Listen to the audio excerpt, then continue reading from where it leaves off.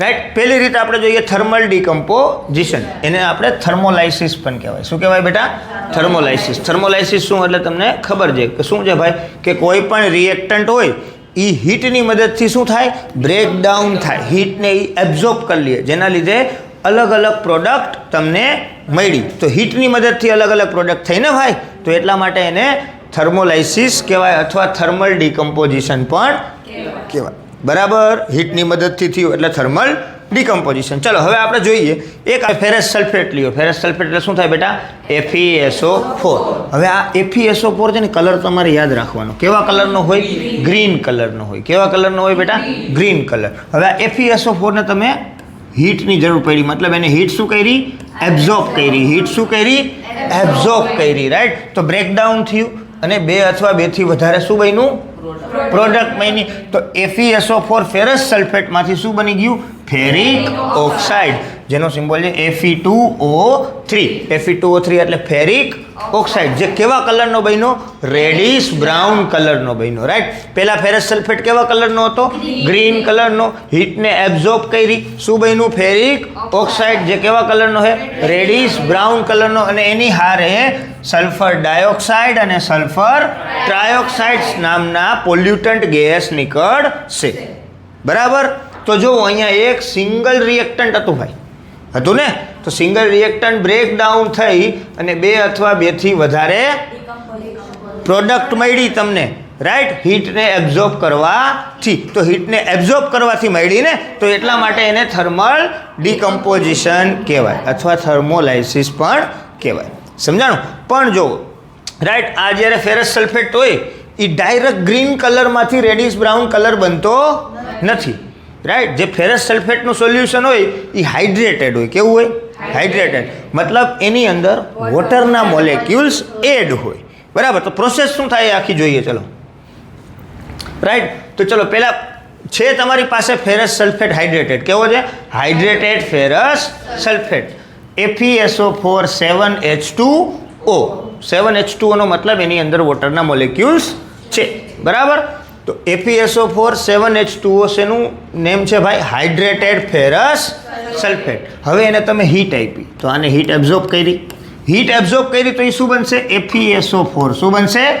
FeSO4 iron sulphate બનશે. શું બનશે? Iron sulphate. બરાબર. અને પાણીના મોલેક્યુલ્સ એમાંથી નીકળી જશે. આ જે સબસ્ટેન્સ બન્યો એ કેવા કલરનો સબસ્ટેન્સ હોય છે? વ્હાઇટ કલરનો. કેવો હોય છે? વ્હાઇટ. હવે આ FeSO4 ને તમે આગળ પાછું ગરમ કરશો. શું કરશો? પાછું ગરમ. તો તમને ફેરિક ઓક્સાઇડ મળશે, જે કેવા કલરનો છે?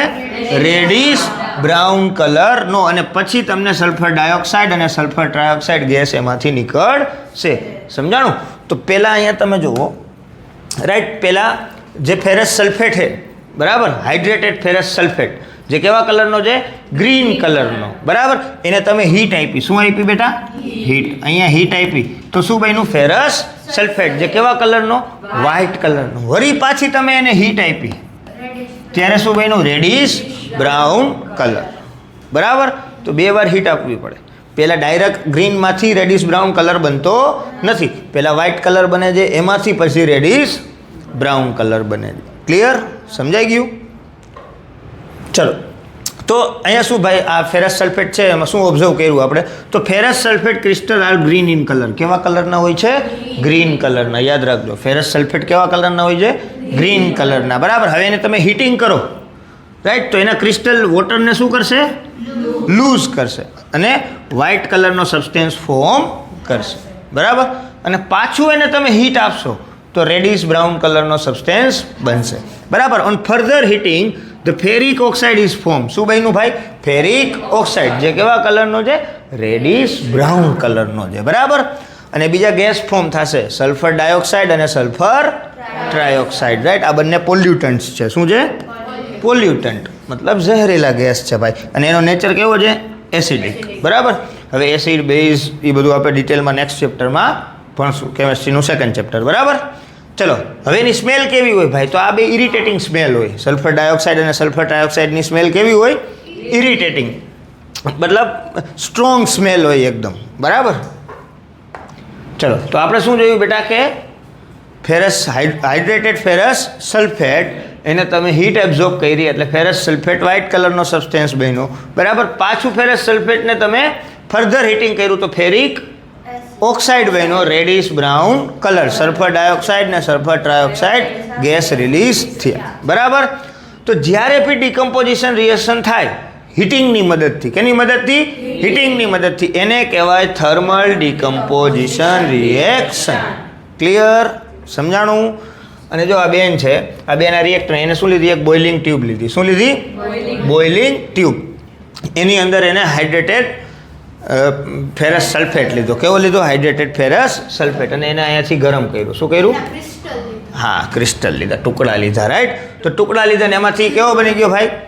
રેડિશ બ્રાઉન કલરનો શું બન્યું? એને ફેરિક ઓક્સાઇડ. રેડિશ બ્રાઉન કલરનો ફેરિક ઓક્સાઇડ અને સલ્ફર ડાયોક્સાઇડ અને સલ્ફર ટ્રાયોક્સાઇડ ગેસ રિલીઝ થયું, રાઈટ. તો આ બે પોલ્યુટન્ટ હોય એટલે ડાયરેક્ટ જ ભાઈ આજે એને લીધી છે ટેસ્ટ ટ્યુબ, એને આમ નહીં રાખવાની આમ, રાઈટ. કેમ કે એ બહુ ઇરિટેટિંગ ગેસ હોય એટલે એને નેચરલી આવવા દેવા. નોઝમાં જાય નેચરલી જાય તો વાંધો તમને ખબર પડે, બાકી ડાયરેક્ટ મોઢું આમ રાખવાનું નહીં, બરાબર. તો જો અહીંયા લખ્યું છે wafting gas gently towards the nose, મતલબ જેન્ટલી આવવા દો, જે રીતે આવે એ રીતે લેવા જાવમાં સ્મેલ એની કેવી છે, બરાબર. જ્યારે તમે રિએક્શન કરતા હોય ત્યારે.